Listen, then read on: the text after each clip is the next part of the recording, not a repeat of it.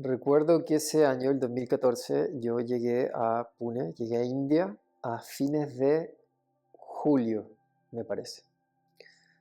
Cuando llegué, me contaron que Guruji estaba delicado de salud en ese momento.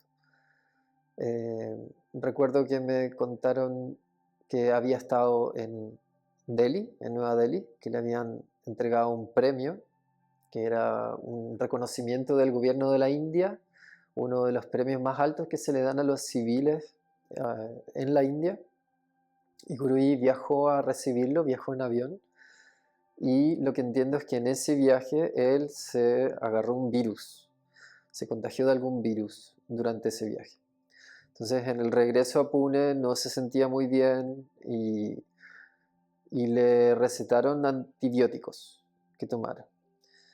En general Guruji no era mucho ni de ir al... Creo que nunca estuvo hospitalizado antes de eso y antibióticos no sé muy bien cuántas veces habrá tomado a lo largo de su vida, si es que del todo alguna vez lo hizo. Eh, y ese mismo proceso, ese mismo procedimiento, tanto el contagio con el virus como el tratamiento con antibióticos lo debilitó más aún. Eh, Recuerdo que lo vi en una ocasión cuando llegó en auto, seguramente de alguna consulta médica. Obviamente todo esto, para quienes estábamos ahí asistiendo a clases, eh, todos con mucho respeto, digamos, respetando la intimidad de la familia también, ¿no? Y, y por lo mismo no era mucho lo que uno preguntaba ni se acercaba. A mí me contaban personas que tenían cercanía con la familia, me llegaban ahí un poco las noticias, las actualizaciones respecto al estado de salud de Guruji. Entonces recuerdo que lo vi una vez que llegó de vuelta en auto y el auto se estacionó justo al frente de la puerta de su casa, que su casa y el instituto están de frente, ¿no? Entonces hay un espacio no tan ancho entre medio.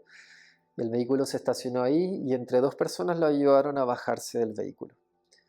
Me acuerdo haber visto su color de piel distinto. Y esa fue la primera oportunidad que lo vi cuando llegué ese año, el 2014. Y la segunda vez que lo vi fue un día que salimos de una práctica y él estaba sentado afuera de su casa junto con una villata. Y estaba de alguna manera, lo que yo entendí es que él estaba ahí como para saludar un poco, ¿no? O para que lo saluden de alguna manera, las personas que estaban asistiendo a clases. Yo salí con un amigo del instituto, nos encontramos de frente con Avillata y con Guruji, obviamente hicimos nuestra reverencia en el lugar, ni siquiera nos acercamos, no quisimos ser invasivos, y Guruji nos levantó las cejas para saludar. Y yo ya con eso suficiente nos retiramos. Me acuerdo que Avillata estaba al lado de él, sonriente también, eh, recibiendo a las personas en ese momento. Y esas fueron las dos veces que lo alcancé a ver en ese momento, con vida. Luego, a los días, nos contaron que lo habían hospitalizado. eh, y no me acuerdo bien si alcanzó a ser 1 o 2 semanas que estuvo hospitalizado hasta que falleció. La noche que falleció, que recuerdo que fue eso de las 2 de la mañana, si no me equivoco, Usha Devi, profesora de Rishikesh, llegó a tocarme la puerta porque éramos vecinos donde nos alojábamos. Me tocó la puerta y yo supe, era mitad de la noche, si me estaban tocando la puerta era porque algo había pasado. Así que abrí la puerta y me dijo que Guruji había dejado su cuerpo y que nos teníamos que preparar porque lo estaban velando en su casa para que fuéramos para allá. Así que nos preparamos y a eso de las 7 de la mañana nos fuimos al instituto, a la casa de Guruji. Estaba la familia ahí, me acuerdo que estaba Villata en la entrada, en la puerta, recibiendo a quienes llegaban. En la, inmediatamente como en el hall de entrada de la casa estaban sentadas las hijas. Me acuerdo que estaba Gita, eh, obviamente todos muy emocionados en ese momento. Y me acuerdo que entré a, a la casa y Gita se puso de pie, estaba sentada, se puso de pie y me hizo como una señal para que entrara a la habitación que estaba al lado donde estaba Guruji.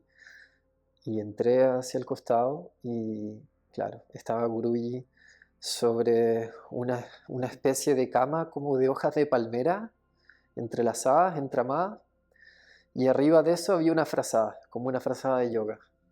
Y él estaba recostado con su ropa blanca en su shavasana y estaba Prashant sentado a un lado. Me acuerdo que había unos mantras que estaban sonando en un equipo de música. Y al costado habían algunas personas que estaban sentadas también acompañando ese momento. Eh, y ahí tuve la oportunidad de nuevamente hacer una reverencia a Guruji, y luego me retiré de la habitación porque había más personas, ¿no?, que estaban pasando. Eh, Ese mismo día, a eso de la una, bueno, después de ese momento yo me quedé ahí, ¿no?, afuera de la casa, pero nos quedamos ahí con los demás practicantes que iban llegando, familiares, amigos.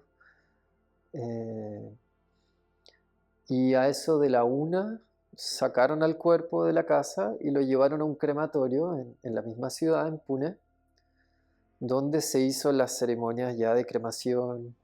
Me acuerdo que habían unos sacerdotes, ¿no?, hindúes que estuvieron haciendo sus ritos. Prashant, estaban las hijas de Guruji también. Y principalmente, bueno, entre familiares, amigos de la familia y practicantes de yoga, eran los que estábamos ahí en ese momento. Eh, las ceremonias tienen que haber durado hasta eso de las, puede ser 3, 4 de la tarde, algo similar. eh, y luego ya el resto se fue retirando, la gente se fue retirando poco a poco. Fue muy rápido, pasó todo muy rápido, el mismo día, ¿no?, se hizo la cremación, todo. Em, por lo mismo hubo mucha gente que no alcanzó a llegar a esa instancia. Sin embargo, luego hubo 12 días de duelo, digamos, en los que la creencia indica que son 12 días en que el alma está en el lugar. Entonces se le acompaña con velas, inciensos, mantras, cantos. Y en el instituto, en el salón del instituto, se armó un altar sobre la plataforma donde uno podía ir y estar ahí, sentarse. No hubo clases, se suspendieron las clases durante esos días y uno se podía ir a sentar y, no sé, a leer o a simplemente meditar un rato. Me acuerdo que vinieron de una escuela, unos jóvenes como de una escuela de Vedanta probablemente, y estuvieron haciendo sus cantos, sus recitaciones. Me acuerdo que vino también un grupo de mujeres a hacer bhajans, cantos devocionales, y también muy hermosos esos cantos. Eh, yo fui todos los días. Estaba, estaba en ese momento obviamente choqueado por la situación, obviamente muy, muy emocionado por la situación.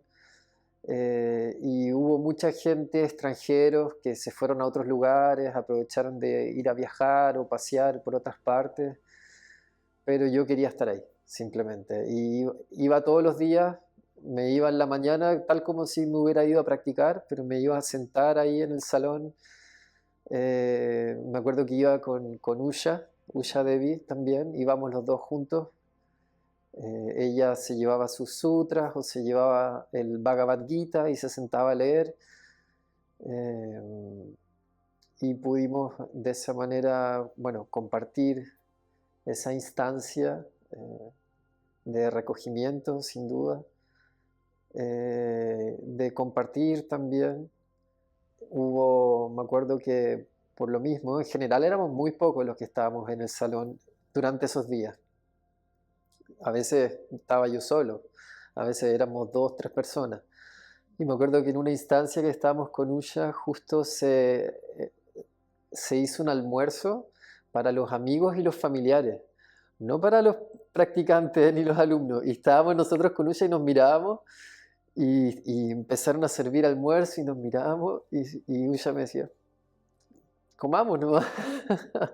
Así que nos quedamos juntos y nos sirvieron almuerzo, la familia. Me acuerdo que el padre de Avillata me hizo sentir absolutamente bienvenido en el lugar. Nadie nos dijo, oigan, ustedes retírense. Bueno, Usha obviamente es muy cercana con la familia, pero a mí nadie me conocía. No, él mismo me hizo sentir muy cómodo, muy bien recibido, bienvenido, me atendió directamente en varias ocasiones, así que bueno, ahí pude compartir con Arun, que también llegó al instituto, se quedó durante varios días. Una vez que se retomaron las clases, Arun se quedó tomando clases con Prashant y me acuerdo haberlo tenido al lado mío practicando en la clase de Prashant. Fue una instancia muy especial en la que obviamente se juntaron muchas cosas. eh, Muy triste por un lado y muy especial también en el sentido de todo lo que se generó en torno a la comunidad de Yoga Iyengar del mundo, ¿no? Porque al pasar los días empezaron a llegar de todo el mundo practicantes a hacer una despedida gurúi, simbólica, significativa en ese momento. Así que sin duda que muy especial la experiencia, muy honrado de haber estado ahí en ese momento y también un recuerdo imborrable.